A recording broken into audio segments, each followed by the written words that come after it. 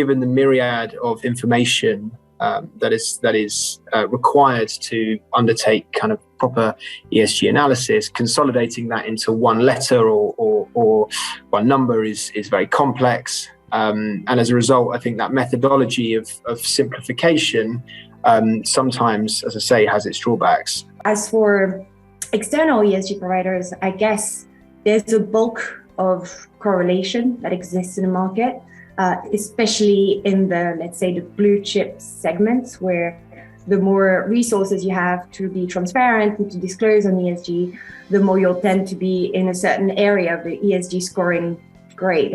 And I guess there's way more discrepancy as you go into private companies, specific in my space, the high yield sector, where ESG rating providers might not have allocated enough, like the amount of resources to this area of the market that, and therefore the scores are lacking the amount of information you could actually need.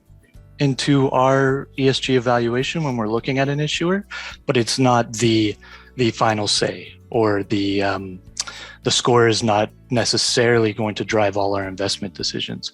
What we like to do is we like to combine that information with what we have from our credit research team, which incorporates individuals who are focused on sector specialization.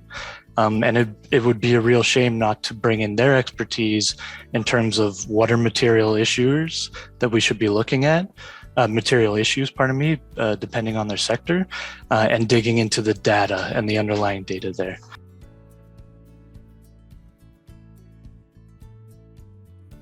You have to demonstrate how selective you are. So the ESG score for this is broad enough that you can apply it to every issuer in your investment universe.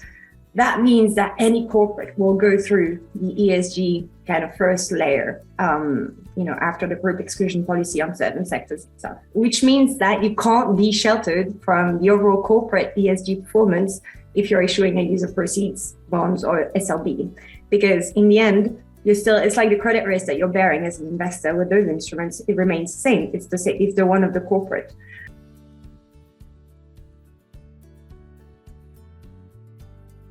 From our perspective, everything has to be done, kind of developed internally with a thorough assessment of the asset class and the individual investments that are kind of put in front of us, and we can't rely too much on any universal indicators for any of those for the time being.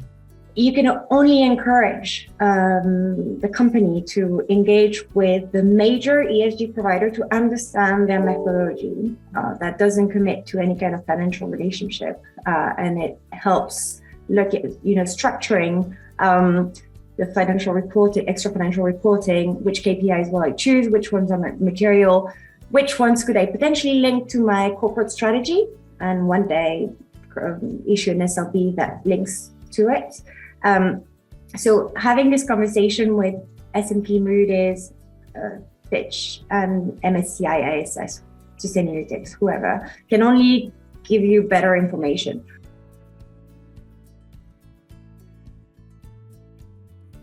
To me, an ESG KPI is a bit of a lazy approach, no offense, but because it's so much better, I guess, to own what's going on and to understand why ESG score is driven mainly by one aspect in your sector and your business, and have control over it. So that's why overall, I think SLB should stay focused on business metrics. And most of the time, people will choose the absolute amount of scope 1, 2, and 3 emissions. You could also imagine it could be the tons of CO2 per kilogram of cement. We've seen that before. I mean, those are intensities. We prefer to have absolute levels, but it could, away from the environmental, it could also very much be on social impact indicators. It's just that we all know it's a bit harder to find.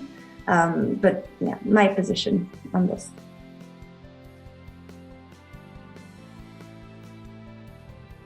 I think what could be a really big driver of external ESG scores and the quality of the scores is the IFRS international sustainability standards, the minimum standards that have been proposed.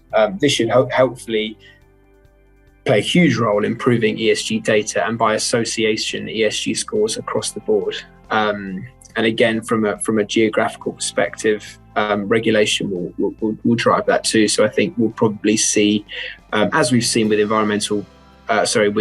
sustainable finance disclosure regulation in general, we'll see Europe leading the way, probably followed by the UK. Not too confident about what's happening in the US, but hopefully, other regions will start to follow suit.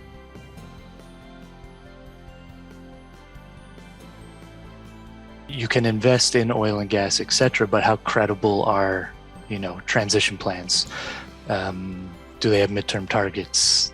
Have they laid out a plan to actually get to that level? So there's room in there for those hard to abate sectors if they can show kind of alignment with Paris, etc.